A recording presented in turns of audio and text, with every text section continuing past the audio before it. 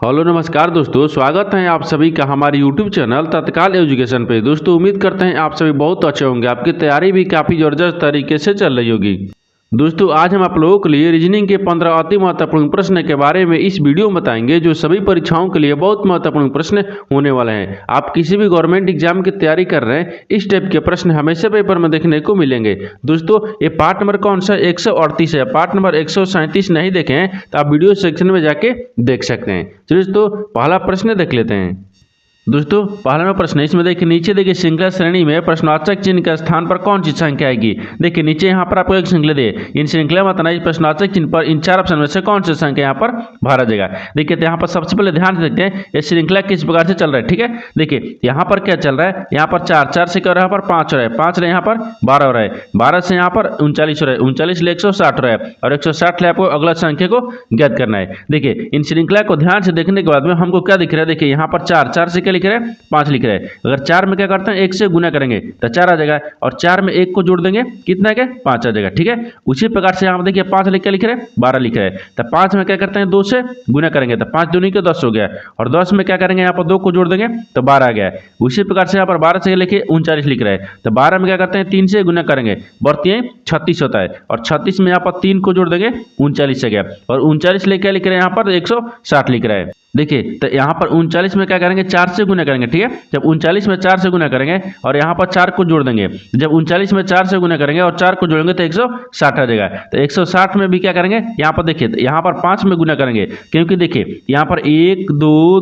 3 4 5 यहाँ पर क्या करेंगे, 5 ले गुना करेंगे और 5 ले गुना करेंगे और 5 को जोड़ेंगे। जब 5 ले गुना करेंगे और 5 को जोड़ेंगे, देखिए तो यहाँ पर कितना गया, 160 आ गया। 160 में हमको क्या करना है, 5 ले गुना करेंगे यानी 100 और 5 कितना होता है, 80 होता है, यानी 800 आ गया। ठीक है, और 800 में जब 5 को जोड़ देंगे तो कितना आ जाएगा, 805 आ जाएगा। कितना आ गया, 805 आ जाएगा। तो यहाँ पर इस प्रश्नवाचक चिन्ह पर कौन सा संख्या भरा जाएगा, 800 यहाँ पर 5 हो जाएगा। ठीक है, तो 805 हो गया। तो 805 को देखते हैं किस ऑप्शन में दिख रहा है, यानी ऑप्शन नंबर कौन सा हो जाएगा, 805 ऑप्शन नंबर ए में दिख रहा है, यानी ऑप्शन नंबर ए आपका सही हो जाएगा। दोस्तों मैं उम्मीद करता हूँ इस प्रश्न को भी आप अच्छे तरह से समझ पाएंगे। चलिए दोस्तों नेक्स्ट प्रश्न देख लेते हैं। दोस्तों दूसरे नंबर प्रश्न है, इसमें देखिए नीचे दिए गए विकल्पों में से संबंधित संख्या को चुनिए। देखिए नीचे यहाँ पर आपको एक संबंधित संख्या दी है, यानी देखिए यहाँ पर 64 जो है 81 से समित है। ठीक उसी प्रकार से देखिए यहाँ पर 121 जो है 144 ले समित है। ठीक उसी प्रकार से बताना है कि 169 जो है इस प्रश्नवाचक चिन्ह पर इन चार ऑप्शन में से किससे समित होगा। देखिए तो यहाँ पर सबसे पहले ध्यान से देखते हैं कि जो यहाँ पर 64 है ना, वो 81 से किस प्रकार से समित है। देखिए तो 64 यहाँ पर देखते हैं, 64 किसका स्क्वायर दिख रहा है, ये 8 का स्क्वायर कर देंगे तो 64 आ गया। ये 81 किसका स्क्वायर दिख रहा है, देखिए 81 यहाँ पर 9 का स्क्वायर करेंगे 81 गया। लेकिन ध्यान से देखिए यहाँ पर 8 लिख रहे हैं, 9 लिख रहे हैं, यानी 8 में क्या करेंगे, 1 को जोड़ देंगे 9 आ गया। उसी प्रकार से देखिए यहाँ पर 121 ले 144 लिख रहे हैं तो 121 किसका स्क्वायर दिख रहा है, 11 का स्क्वायर करेंगे 121 आ गया। ठीक है, उसी प्रकार से यहाँ पर देखिए 12 का स्क्वायर करेंगे तो यहाँ पर कितना गया, यहाँ पर 144 आ गया। तो ये देखिए 11 से क्या लिख रहे हैं, 12 लिख रहे हैं, तो 11 में अगर 1 को जोड़ देंगे 12 आ गया।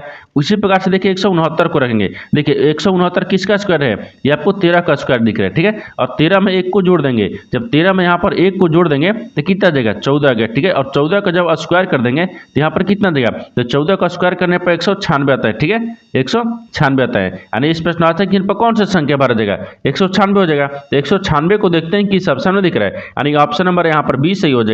दोस्तों मैं उम्मीद करता हूँ इस प्रश्न को भी आप अच्छी तरह से समझ पाएंगे। तो दोस्तों नेक्स्ट प्रश्न देख लेते हैं।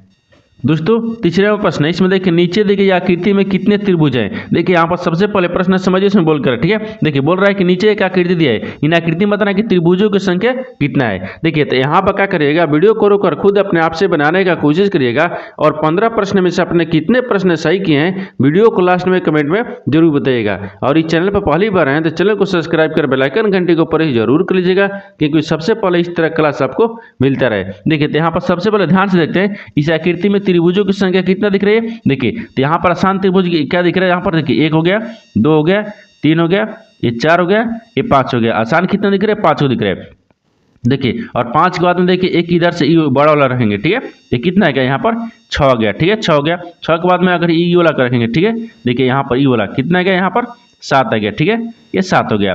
देखिए 7 हो गया और देखिए और कहीं त्रिभुज बन रहा है, हाँ इसमें और बनेगा। 7 के बाद में देखिए एक इधर से ई बनेगा, 7 एक ही बनेगा तो कितना गया, 8 आ गया। कितना गया, 8 आ गया। ठीक है, यहाँ पर 8 आ गया और 8 के बाद में देखिए और त्रिभुज बनेगा इसमें, ठीक है। देखिए यहाँ से 8 के बाद में अगर इसको रखेंगे कितना गया 9 आ गया, यहाँ पर कितना गया 9 आ गया है। देखिए यहाँ पर 9 आ गया है, यानी इस आकृति में टोटल कितने त्रिभुज बन रहा है, यहाँ पर 9 को बन रहा है। तो 9 को देखते हैं किस ऑप्शन में दिख रहा है, यानी ऑप्शन नंबर ए आपका सही हो जाएगा। दोस्तों मैं उम्मीद करता हूँ इस प्रश्न को भी आप अच्छे तरह से समझ पाएंगे। तो दोस्तों नेक्स्ट प्रश्न देख लेते हैं। दोस्तों 4वां प्रश्न है, इसमें देखिए एक निजी कुट भाषा में देखिए यहाँ पर टॉर्च लिख रहा है, ठीक है, TOUH यानी CH को क्या लिख रहे हैं यहाँ पर, देखिए यहाँ पर लिख रहा है कि 20, 15, 21, 78 लिखा जाता है।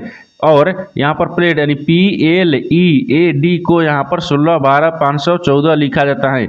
उसी कुट भाषा में यानी क्लेवर को यानी CLVE को किस प्रकार से लिखा जाएगा। देखिए यहाँ पर सबसे पहले प्रश्न समझिए इसमें बोलकर, ठीक है। देखिए यहाँ पर इसे कहने का मतलब है, यहाँ पर क्या लिख रहा है टॉर्च लिख रहा है, ठीक है। देखिए यहाँ पर क्या लिख रहा है टॉर्च लिखा है, टॉर्च को यहाँ पर देखिए क्या लिख रहा है यानी 20, 15, 21 यानी 78 लिखा जाता है। यहाँ पर प्लेट को क्या लिख रहा है यहाँ पर देखिए यानी 16, 12 यानी 514 लिखा जाता है। उसी प्रकार से क्लेब को लिखना है। देखिए तो यहाँ पर सबसे पहले देखते हैं कि यहाँ पर क्या लिख रहा है, T लिख रहा है, ठीक है, T लिख रहा है, U लिख रहा है, G लिख रहा है, ठीक है। यहाँ पर देखिए G हो गया, H हो गया। इनको क्या लिख रहा है, इनको देखिए यहाँ पर क्या लिख रहा है, ये 20 लिख रहा है, और यहाँ पर 15 लिख रहा है, ये यहाँ पर 21 पर लिख रहा है, ठीक है, यहाँ पर 7 लिख रहा है, ये 8 लिख रहा है। देखिए इन सबका स्थानीय मान लिख रहा है, ठीक है। देखिए ये क्या लिख रहा है, सबका स्थानीय मान लिख रहा है। उसी प्रकार से देखिए यहाँ पर प्लेट को लिख रहे हैं PL, ठीक है, PLE हो गया, यहाँ पर E आ गया, फिर A दिया है, यहाँ पर D दिया है। इनको भी देखिए क्या लिख रहा है, यानी क्या लिख रहा है, ये स्थानीय मान ही लिख रहा है। P कितने पता है 16 पर, L कितने पता है 12 पर, E कितने पर 5 पर, A कितने पर 1 पर, D कितने पर 4 पर। देखिए सबका स्थानीय मान लिख रहा है, ठीक है। उसी प्रकार से क्या करेंगे, इसका भी स्थानीय मान लिखेंगे। देखिए यहाँ पर CLO यानी VE हो गया, ठीक है, यानी क्लोब को क्या लिख रहा है, देखिए C का स्थानीय मान 3 पाता है, L का स्थानीय मान 12 पाता है, O का स्थानीय मान 15 पाता है, V का स्थानीय मान 22 पाता है, और E का स्थानीय मान 5 पाता है। देखिए यहाँ पर 31, 21 है, यहाँ पर क्या लिख रहे हैं 31, 21 है, और यहाँ पर भी कितने पता है 22 पर, O 21, 15 पर। देखिए यहाँ पर 52 या यहाँ पर 52 के बाद में यहाँ पर 25 है। देखिए 31 है, यहाँ पर 21 है, 52 और 25 को देखते हैं किस ऑप्शन में दिख रहा है। देखिए यहाँ पर क्या दिख रहा है 31 से 31 आ गया, नहीं हो रहा है। 31, 11 दिख रहा है, ये भी नहीं होगा। यहाँ पर देखिए 31 से 21, ठीक है, और 52 और 25 यानी ऑप्शन नंबर C में दिख रहा है। ऑप्शन नंबर C आपका सही हो जाएगा। दोस्तों मैं उम्मीद करता हूँ इस प्रश्न को भी आप अच्छे तरह से समझ पाओगे। चलिए दोस्तों नेक्स्ट प्रश्न देख लेते हैं।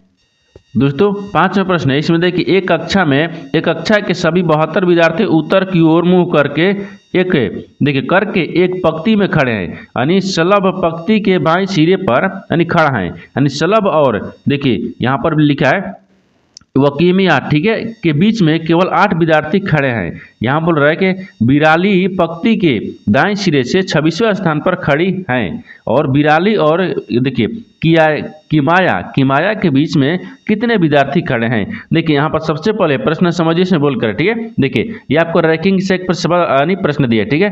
देखिए यहाँ बोल रहा है कि एक कक्षा के सभी 72 कितना है 72 विद्यार्थी उत्तर दिशा की ओर मुँह करके खड़े हैं एक पंक्ति में, ठीक है। देखिए यहाँ पर टोटल कितने खड़े हैं, तो टोटल यहाँ पर आपको 72 गो है, ठीक है, 72 खड़े हैं। अब बोल रहा है कि देखिए शलभ और पंक्ति, देखिए शलभ जो है ना वो शलभ पंक्ति के बाएं सिरे से और यानी खड़ा है, बाएं सिरे पर खड़ा है, ठीक है। शलभ कितने सिरे पर खड़ा है, बाएं सिरे पर खड़ा है। अब बोल रहा है कि शलभ और देखिए यानी वकियामा, ठीक है, शलभ और वकियामा के बीच में केवल 8 विद्यार्थी खड़े हैं। तो 8 विद्यार्थी कैसे खड़े हैं, देखिए यहाँ पर माइनस रखेंगे, यहाँ पर 9 रखेंगे, क्योंकि देखिए यहाँ पर शलभ एक बार और ले लिया है और शलभ एक बार ई लिया है, तो शलभ को 2 बार ले लिया है। जब शलभ को 2 बार काउंट करेंगे तो 8 तो यहाँ पर दिया है कि 8 केवल खड़े हैं, और 8 में 1 को जोड़ देंगे कितना है 9 हो गया, क्योंकि शलभ को हमको 2 बार काउंट करना है, तो 9 आ जाएगा, ठीक है, 9 हो गया। उसके बाद में बोल रहा है कि बिराली पंक्ति के दाएं सिरे से 26वें स्थान पर है। तो बिराली देखिए यहाँ पर बिराली जो है ना, बिराली कितने तो 26वें स्थान पर खड़ी है कि यहाँ पर देखिए दाएं सिरे से, तो दाएं सिरे से कितने पर 26वें पर, तो यहाँ पर 26 को रख लेंगे, ठीक है, 26 को रख लेंगे। अब देखिए यहाँ पर क्या करेंगे, यहाँ पर आपको इसको प्लस करेंगे, क्योंकि दोनों का आपस में जोड़ेंगे, प्लस करेंगे, खड़ी हैं। बोल रहा है कि बिराली और देखिए बिराली और कियामा, यहाँ पर कियामा के बीच में कितने विद्यार्थी खड़े हैं।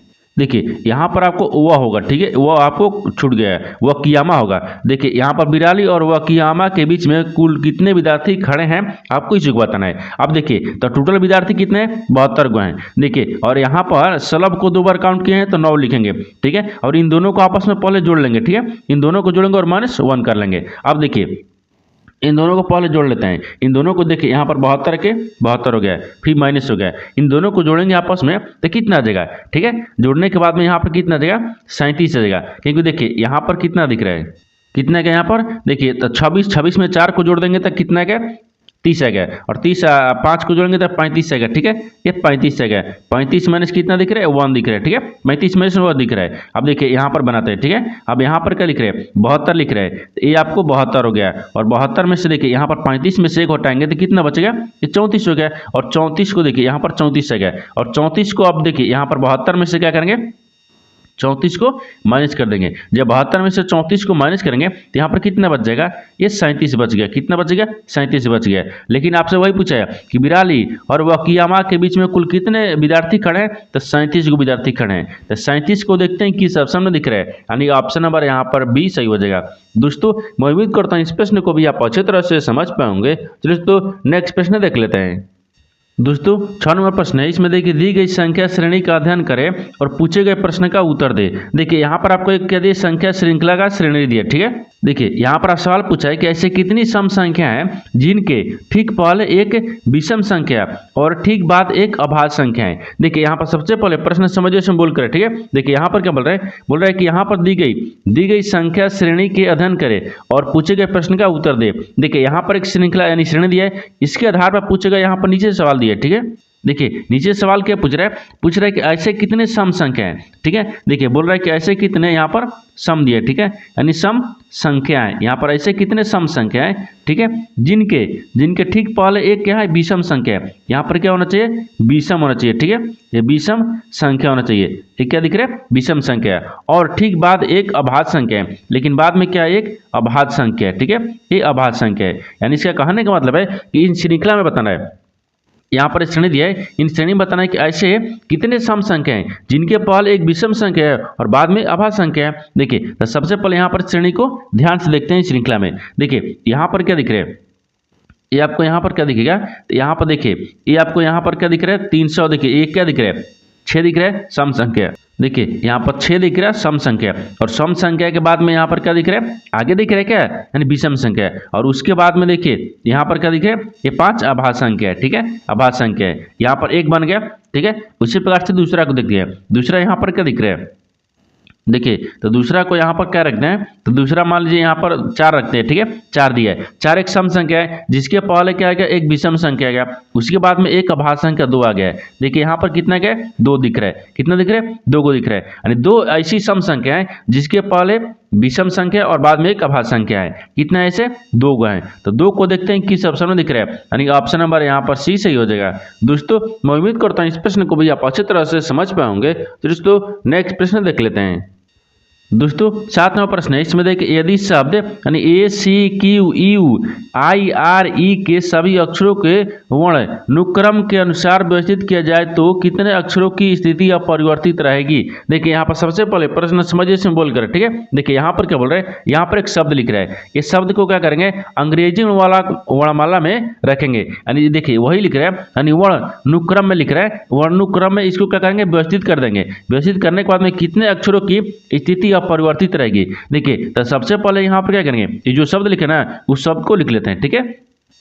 देखिए यहाँ पर ए लिख रहा है, सी लिख रहा है, क्यू लिख रहा है, यू लिख रहा है, आई लिख रहा है, आर लिख रहा है, और यहाँ पर ई दिया है। अब इनको क्या करेंगे, देखिए वर्णानुक्रम में यानी अंग्रेजी वर्णमाला में सजाएंगे। देखिए तो अंग्रेजी वर्णमाला में रखेंगे तो 1 हो गया, 1 के बाद में यहाँ पर क्या देगा, ठीक है, 1 दिख रहा है ना, 1 के बाद में फिर यहाँ पर 1 के बाद में क्या आएगा, 1 के बाद में यहाँ पर आपको कितना आ जाएगा, सी आ गया, ठीक है, यहाँ में सी आ गया, 1 के बाद में सी आ गया, सी के बाद में यहाँ पर ई को रखेंगे, ई के बाद में देखिए यहाँ पर आई को रखेंगे, आई के बाद में यहाँ पर क्यू रखेंगे, क्यू के बाद में यहाँ पर आर रखेंगे, आर के बाद में यहाँ पर यू रखेंगे। अब देखिए ए को क्या लिख रहे हैं, ए लिख रहे हैं, सी को क्या लिख रहे हैं, सी लिख रहे हैं, क्यू को क्या लिख रहे हैं, ई लिख रहे हैं, यू को क्या लिख रहे हैं, आई लिख रहे हैं, यानी आई को क्या लिख रहे हैं, क्यू लिख रहे हैं, आर को आर लिख रहा है, ई को यू लिख रहा है। देखिए यानी यहाँ पर वही बोल रहा है, इन शब्द है, इन शब्द में क्या करना है, अंग्रेजी वर्णमाला में सजाएंगे। यानी देखिए वर्ण अनुक्रम में रखेंगे, रखने के बाद में व्यवस्थित करने पर कितने अक्षरों की स्थिति अपरिवर्तित रहेगी। यानी इसके कहने का मतलब कितने अक्षर की स्थिति अपरिवर्तित मतलब बदली नहीं है।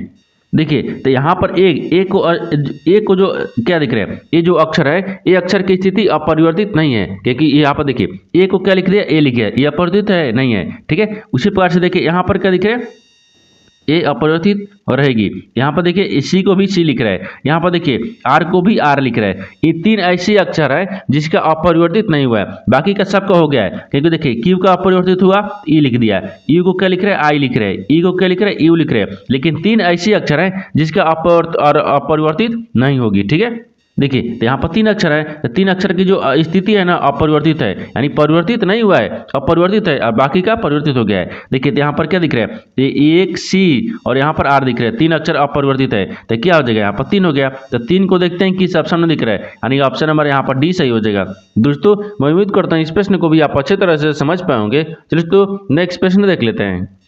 दोस्तों 8 नंबर प्रश्न है, इसमें देखिए नीचे दिए गए विकल्पों में इससे संबंधित शब्द को चुनिए। देखिए नीचे यहाँ पर आपको संबंधित शब्द दिया है, यहाँ पर गंदा जो है साफ ले समित है, ठीक उसी प्रकार से बताना है कि स्पष्ट जो है इस प्रश्नवाचक चिन्ह पर इन चार ऑप्शन में से किसे सम्मिलित होगा। देखिए यहाँ पर सबसे पहले ध्यान से देखते हैं, ये जो आपको गंदा है ना वो साफ से किस प्रकार से समझते हैं। देखिए गंदा का विलोम क्या होता है, यहाँ पर विलोम रखेंगे, ठीक है। ये गंदा का विलोम साफ होता है। उसी प्रकार से अस्पष्ट को विलोम कर रखेंगे, ठीक है, यानी विलोम हो गया। अस्पष्ट का विलोम क्या हो जाएगा, यहाँ पर स्पष्ट हो गया। देखिए यहाँ पर क्या हो जाएगा, अस्पष्ट हो गया, ठीक है, स्पष्ट का अस्पष्ट हो गया, यानी अस्पष्ट हो गया। यहाँ पर क्या हो गया, अस्पष्ट हो गया। क्योंकि देखिए यहाँ पर साफ यानी गंदा को विपरीत क्या लिख रहा है, यानी विलोम, यानी क्या लिख रहा है, साफ लिख रहा है। उसी प्रकार से अस्पष्ट को क्या रखेंगे, अस्पष्ट रखेंगे, ठीक है। तो स्पष्ट को देखते हैं किस ऑप्शन में दिख रहा है, यानी ऑप्शन नंबर यहाँ पर सी में दिख रहा है। ऑप्शन नंबर सी आपका सही हो जाएगा। दोस्तों मैं उम्मीद करता हूँ इस प्रश्न को भी आप अच्छे तरह से समझ पाओगे। चलिए दोस्तों नेक्स्ट प्रश्न देख लेते हैं।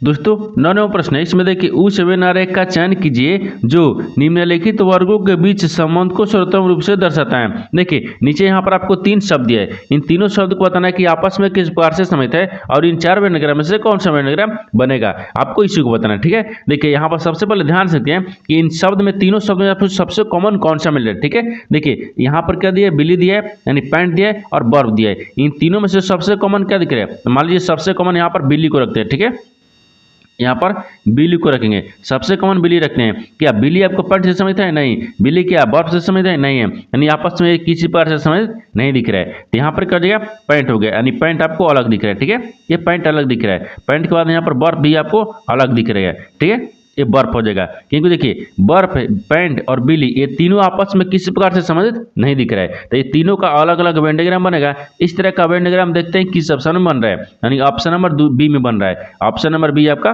सही हो जाएगा। दोस्तों मैं उम्मीद करता हूँ इस प्रश्न को भी आप अच्छे तरह से समझ पाओगे। चलो दोस्तों नेक्स्ट प्रश्न देख लेते हैं। दोस्तों 10वां प्रश्न है, इसमें देखिए A B C D E F है और जी 7 यानी 7 डिब्बे हैं जिनके एक के ऊपर एक रखा गया है, किंतु उनका इसी क्रम में होना अनिवार्य नहीं है। यानी इसे कहने का मतलब है कि जो क्रम में लिखा है ना, इसी क्रम में इसका अनिवार्य यानी रखा हुआ नहीं है। क्या करेंगे, रखा हुआ नहीं है। बोल रहा है कि जी और बी के बीच में केवल 2 डिब्बे रखे गए हैं, ठीक है, रखे हैं। यहाँ पर बी को सबसे नीचे रखा गया है, यानी सी और डी को ऊपर किसी स्थान पर रखा गया है। बी देखिए यहाँ पर एफ दिया, ठीक है, एफ को डी के बीच देखिए कि ठीक ऊपर रखा गया है, यानी ए को नीचे 5वें स्थान पर रखा गया है, यानी ई को सबसे ऊपर रखा गया है। तो देखिए डी और ए के बीच में कुल कितने डिब्बे रखे गए हैं, ठीक है। देखिए यहाँ पर सबसे पहले प्रश्न समझिए इसमें बोल कर, ठीक है। देखिए यहाँ पर क्या बोल रहा है, यहाँ पर 7 डिब्बे है और एक के ऊपर एक रखा गया है, जिसमें आपको देखिए ये बोल रहा है कि जो क्रम में लिखा गया ना, इस क्रम में ये लिखा गया नहीं है। तो देखिए तो सबसे पहले यहाँ पर ध्यान से देखें, 7 डिब्बे रखे गए हैं जिसमें जिनके ऊपर एक के ऊपर रखा गया, किंतु उनका इसी क्रम में होना अनिवार्य नहीं है, ठीक है। अब बोल रहा है कि देखिए जी और बी के बीच में केवल 2 डिब्बे रखे गए हैं, तो मान लीजिए जी को रखते हैं, ठीक है, यहाँ पर क्या रखते हैं, जी को रखेंगे। तो यहाँ पर देखिए इस प्रकार से रखते हैं, तो ये जी रखेंगे, यहाँ पर जी रखते हैं, ठीक है, ये जी रखते हैं। जी बोल रहा है कि जी और बी के बीच में केवल 2 डिब्बे हैं, तो मान लीजिए जी और बी रखते हैं, यहाँ पर बी रखते हैं, ठीक है। जी और बी के बीच में कितने डिब्बे हैं, तो यहाँ पर 2 डिब्बे हैं, ठीक है, 2 डिब्बे हैं। तो दो डिब्बे कौन कौन सा है ये में नहीं दिख रहा है, ठीक है, 2 डिब्बे हैं। अब देखिए आगे बोल रहा है 2 डिब्बे हैं बी के, देखिए बी को सबसे नीचे रखा गया है, तो बी को सबसे नीचे रखा गया है, ठीक है। और सी, और देखिए सी को डी के ऊपर किसी स्थान पर रखा गया है। सी जो है ना, सी को डी के ऊपर किसी स्थान पर रखा गया है। तो मान लीजिए यहाँ पर क्या कहते हैं, यहाँ पर सी को रख लेते हैं, ठीक है, रखा गया है, ये रखा गया है। एफ है, एफ को डी के ठीक ऊपर रखा गया है। एफ जो है एफ है वो डी के ऊपर रखा गया है। तो मान लीजिए यहाँ पर डी को रखते हैं, ठीक है, और डी के ऊपर कौन सा रखते हैं, यहाँ पर एफ को रख लेते हैं, ठीक है, एफ रख लेते हैं यहाँ तक, ठीक है। आगे देखिए, आगे बोल रहा है कि ए को नीचे से 5वें स्थान पर रखा गया है। ए को नीचे से क्या रखे गया, 5वें स्थान पर रखा गया। तो 1 2 3 4 5 यानी 5वें स्थान पर कितना गया, सी दिख रहा है, ठीक है। तो यहाँ पर 5वें स्थान पर रखेंगे ना, तो ये 5वें स्थान पर ए हो गया। देखिए 1 2 3 4 5 5वें स्थान पर हो गया ना, ये से नीचे 5वें स्थान पर हो गया, ठीक है। अब देखिए, अब इसमें क्या करेंगे, अब यहाँ पर हो गया यहाँ तक, ठीक है। अब आगे बोल रहा है कि ई को सबसे ऊपर रखा गया है, यानी ई को सबसे ऊपर रखा गया है, तो ई को ऊपर रख लेते हैं, ठीक है। आगे देखिए, अब यहाँ पर देखते हैं कि डी और ए के बीच कितने डिब्बे रखे गए हैं। देखिए यहाँ पर एक और यहाँ पर क्या दिख रहे हैं, देखिए यहाँ पर बोल रहा है कि डी और ए के बीच में, ठीक है, डी और ए के बीच में कुल कितने डिब्बे रखे गए हैं। तो यहाँ पर क्या दिख रहे हैं, डी दिख रहा है, और यहाँ पर ए दिख रहा है। डी और ए के बीच में देखिए कितने डिब्बे रखे गए हैं, इन दोनों के बीच में क्या दिख रहा है, इन दोनों के बीच में देखिए यहाँ पर 2 डिब्बे रखे गए हैं, जो कि जी और एफ है, ठीक है। यहाँ पर जी और एफ दिख रहा है, 2 को हो जाएगा। कितने डिब्बे रखे गए हैं, 2 रखा है। तो 2 को देखते हैं किस ऑप्शन में दिख रहा है, यानी ऑप्शन नंबर यहाँ पर 4 सही हो, यानी डी सही हो जाएगा। दोस्तों मैं उम्मीद करता हूँ इस प्रश्न को भी आप अच्छी तरह से समझ पाओगे। दोस्तों नेक्स्ट प्रश्न देख लेते हैं। दोस्तों 11वां प्रश्न है, इसमें देखिए दिए गए आरेख का अध्ययन देखिए अध्ययन यहाँ पर करेगा, अध्ययन पूर्वक अध्ययन करें और पूछे गए प्रश्न का उत्तर दे। विभिन्न भागों में दी गई संख्याएं व्यक्तियों को संख्या को दर्शाती हैं। और यहाँ बोल रहा है कि ऐसे कितने डॉक्टर हैं, देखिए जो जाकर भी हैं किंतु RNRI नहीं है। देखिए यहाँ पर सबसे पहले प्रश्न समझिए इसमें बोल कर, ठीक है। देखिए यहाँ पर क्या बोल रहा है कि यहाँ पर दिया है कि दिए गए, देखिए दिए गए आरेख का ध्यान पूर्वक अध्ययन करें। यहाँ पर आपको एक आरेख दिया है, इनको ध्यान पूर्वक समझेंगे और पढ़ेंगे। बोल रहा है कि और पूछे गए प्रश्न का उत्तर दीजिए। जो यहाँ पर प्रश्न पूछ रहा है इसको उत्तर देना है, ठीक है। अब बोल रहा है कि विभिन्न भागों में दी गई संख्या व्यक्तियों को संख्या को दर्शाती हैं। यानी इसके कहने का मतलब है, देखिए ई जो आपको यूएन आरेख दिया ना, ये आपको क्या दिया, NRI को दिया है। यहाँ पर इस ये जो आपको आरेख दिया है वेन आरेख वो जागर का दिया है। ई जो आपको वेन आरेख दिया है वो किसका दिया है, ये डॉक्टर का दिया है। लेकिन सवाल देखिए आपको यहाँ पर पूछा है ऐसे कितने डॉक्टर हैं जो जागर भी है किंतु RNRI नहीं है। यानी इसका कहने का मतलब है कि यहाँ पर देखिए ऐसे कितने डॉक्टर को बताना है जो जागर भी है और डॉक्टर दोनों है, ठीक है। देखिए और यहाँ पर क्या है, NRI नहीं है। तो NRI नहीं है तो इसको क्या करें, देखिए NRI नहीं है तो सबसे पहले इसको क्या करते हैं, इसको मुद लेते हैं हमको, क्योंकि इसको मतलब नहीं है, ठीक है। NRI यही है ना, इसको हमको मतलब नहीं है, ठीक है। यहाँ पर इसको हटा लेते हैं। आपसे हमको सवाल क्या पूछा है कि इसमें ऐसे कितने डॉक्टर हैं जो जागर भी हैं और डॉक्टर भी है, ठीक है। देखिए तो यहाँ पर 30 को अगर रखेंगे तो केवल जागर में दिख रहा है, 28 को रखेंगे तो केवल डॉक्टर में दिख रहा है। हमको दोनों को बताना है, जागर और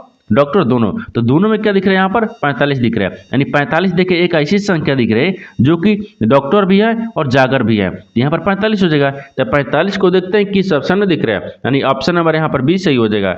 दोस्तों मैं उम्मीद करता हूँ इस प्रश्न को भी आप अच्छी तरह से समझ पाओगे। दोस्तों नेक्स्ट प्रश्न देख लेते हैं।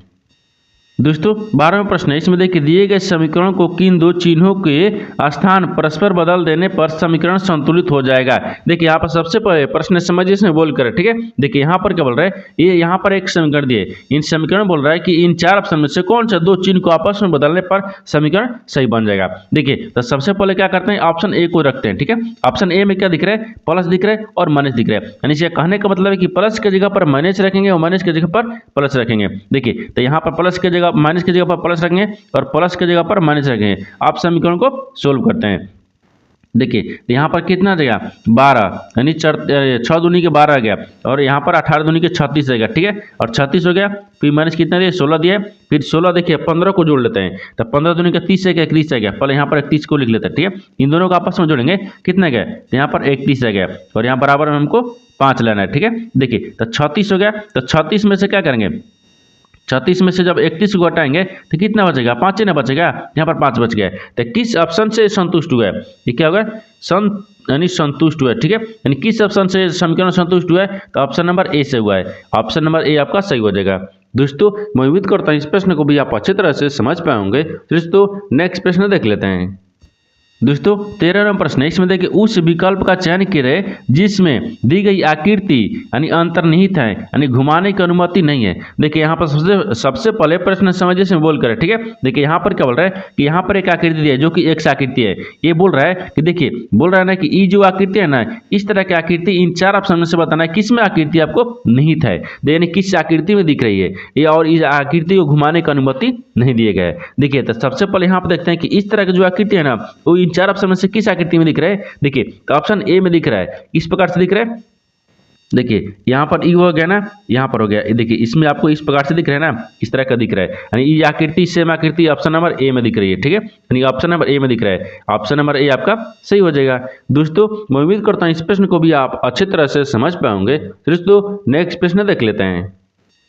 दोस्तों 14 नंबर प्रश्न है, इसमें देखिए कथन दिया और निष्कर्ष दिया। कथन के आधार पर डायग्राम को बनाते हैं, निष्कर्ष के आधार पर प्रश्न को सोल्व करते हैं। देखिए तो यहाँ पर सबसे पहले क्या करेंगे, कथन को देखेंगे। कथन क्या बोल रहा है, इसके आधार पर डायग्राम को बनाएंगे। देखिए कथन बोल रहा है कि सभी चीते बंदर हैं। सभी चीते क्या है, बंदर है। तो मान लीजिए यहाँ पर चीते रखते हैं, ये आपको चीते दिख रहे हैं। सभी जो चीता है ना क्या है, बंदर है। तो सभी चीते यहाँ पर बंदर को रखेंगे, ठीक है। ये बंदर दिख रहा है। आगे दिख रहा है कि आगे बोल रहा है कि सभी बंदर भालू हैं। सभी बंदर के यहाँ पर दिख रहा है भालू दिख रहा है, ठीक है। ये भालू रखेंगे, ये भालू हो जाएगा, ठीक है। भालू हो गया, यहाँ पर भालू हो गया। और आगे बोल रहा है कि सभी भालू क्या है, जंगल है। सभी जो भालू क्या दिख रहे हैं यहाँ पर, जंगल दिख रहा है, ठीक है। ये जंगल हो गया, ठीक है। सभी भालू क्या दिख रहे हैं, जंगल दिख रहे हैं। ये तो कथन बोल रहा था, कथन के आधार पर डायग्राम को बना दिए। लेकिन निष्कर्ष क्या बोल रहा है, इसके आधार पर प्रश्न को सोल्व करेंगे। देखिए तो निष्कर्ष यहाँ पर क्या बोल रहा है, निष्कर्ष देखिए पहला बोल रहा है कि कुछ जंगल चीते हैं, कुछ जो जंगल है ना वो चीता है। देखिए यहाँ पर सभी जंगल के अंदर में चीता दिख रहे हैं ना, देखिए सभी जंगल के अंदर में चीता दिख रहे हैं, ये आपको सही बोल रहा है, ठीक है, सही बोल रहा है। दूसरा देखिए, दूसरा बोल रहा है कि सभी बंदर चीते हैं। सभी जो बंदर है ना वो चीता नहीं है, सभी बंदर के अंदर में चीता नहीं है, ये चीते के अंदर में बंदर बोल रहा है, ठीक है। देखिए बोल रहा है कि सभी जो बंदर है वो चीते हैं। सभी जो बंदर क्या चीता है नहीं, बंदर के अंदर में चीता है, ये गलत बोल रहा है। यहाँ पर दूसरा में देखिए कोई बंदर चीता नहीं है, बोल रहा है कि कोई जो बंदर है ना वो चीता नहीं है, लेकिन हमको डायग्राम में दिख रहा है कोई यानी कुछ बंदर चीता दिख रहे हैं, ये भी आपको गलत बोल रहा है। तो क्या बोल रहा है, यानी पहला आपको सही बोल रहा है। तो पहला आपको सही बोल रहा है, तो 1 आपको देखिए 1 देखते हैं किस ऑप्शन में दिख रहा है। यहाँ पर देखा हुआ है केवल निष्कर्ष 1 पालन करता है, यानी ऑप्शन नंबर आपका डी में दिख रहा है। ऑप्शन नंबर डी आपका सही हो जाएगा। दोस्तों मैं उम्मीद करता हूँ इस प्रश्न को भी आप अच्छी तरह से समझ पाओगे। दोस्तों नेक्स्ट प्रश्न देख लेते हैं। दोस्तों 15वां प्रश्न है, इसमें भी आपको कथन निष्कर्ष एक प्रश्न दिए गए, ठीक है। कथन के आधार पर देखिए डायग्राम को बनाते हैं, निष्कर्ष के आधार पर प्रश्न को सोल्व करते हैं। देखिए ये सवाल कब पूछा गया, देखिए आरआरबी ग्रुप डी यानी 7/10/2022 को सवाल पूछा गया है। यानी आपको जो 22 में एग्जाम हुआ है ग्रुप डी का, उसमें आपको एक शिफ्ट में कम से कम 2 या 3 आपको कथन निष्कर्ष से सवाल पूछा गया है, ठीक है। देखिए यहाँ पर क्या बोल रहा है, कथन बोल रहा है। कथन क्या करेंगे, सबसे पहले डायग्राम को बनाते हैं, निष्कर्ष को प्रश्न को सोल्व करेंगे। देखिए तो सबसे पहले कथन क्या बोल रहा है, कथन को ध्यान से देखते हैं, ठीक है।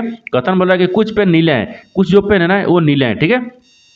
ये पेन हो गया, कुछ पेन क्या दिख रहा है, नीला दिख रहा है। तो कुछ पेन को यहाँ पर नीला रखेंगे, ठीक है। ये नीला हो गया यहाँ तक, ठीक है। आगे देखिए, आगे बोल रहा है कि कुछ नीले प्लास्टिक हैं, कुछ जो नीला है ना वो क्या है, प्लास्टिक है, ठीक है, यानी प्लास्टिक, ठीक है। यहाँ पर प्लास्टिक हो जाएगा, ठीक है। क्या दिख रहा है, प्लास्टिक है यहाँ तक, ठीक है। देखिए यहाँ पर क्या बोल रहा है, आगे आगे बोल रहा है कि कुछ प्लास्टिक स्याही है, कुछ जो प्लास्टिक है ना यहाँ पर क्या है, स्याही है, ठीक है। ये स्याही हो जाएगा यहाँ तक, ठीक है। ये तो कथन बोल रहा था, कथन के आधार पर डायग्राम को बना दिए। लेकिन निष्कर्ष क्या बोल रहा है, इसके आधार पर प्रश्न को सोल्व करते हैं। देखिए निष्कर्ष बोल रहा है कि पहला में दिए कुछ प्लास्टिक पेन है, कुछ जो प्लास्टिक और पेन से संबंधित है नहीं है, ठीक है, ये गलत बोल रहा है। दूसरा देखिए, दूसरा बोल रहा है कुछ नीले स्याही है, कुछ जो नीला दिख रहा है और यहाँ पर स्याही दिख रहा है, ठीक है। नीला और स्याही से भी आपको संबंधित नहीं दिख रहा है, ठीक है। तो यहाँ पर दोनों आपस में किसी प्रकार से संबंधित नहीं हो गया, तो क्या हो गया, ये आपको गलत बोल रहा है, दोनों गलत बोल रहा है। जब दोनों गलत बोलेगा तो यहाँ पर क्या दिख रहा है, देखिए यहाँ पर क्या देखिए, न तो निष्कर्ष 1 होगा और न ही 2 निष्कर्ष पालन करता है, यानी ऑप्शन नंबर ए आपका सही हो जाएगा। दोस्तों मैं उम्मीद करता हूँ इस प्रश्न को भी आप अच्छी तरह से समझ पाओगे। चलिए दोस्तों नेक्स्ट वीडियो में मिलते हैं, तब तक जय हिंद। दोस्तों इस चैनल पर पहली बार आए तो चैनल को सब्सक्राइब कर बेल आइकन घंटी के ऊपर ही जरूर कर लीजिएगा, क्योंकि सबसे पहले इस तरह क्लास आपको मिलता रहे।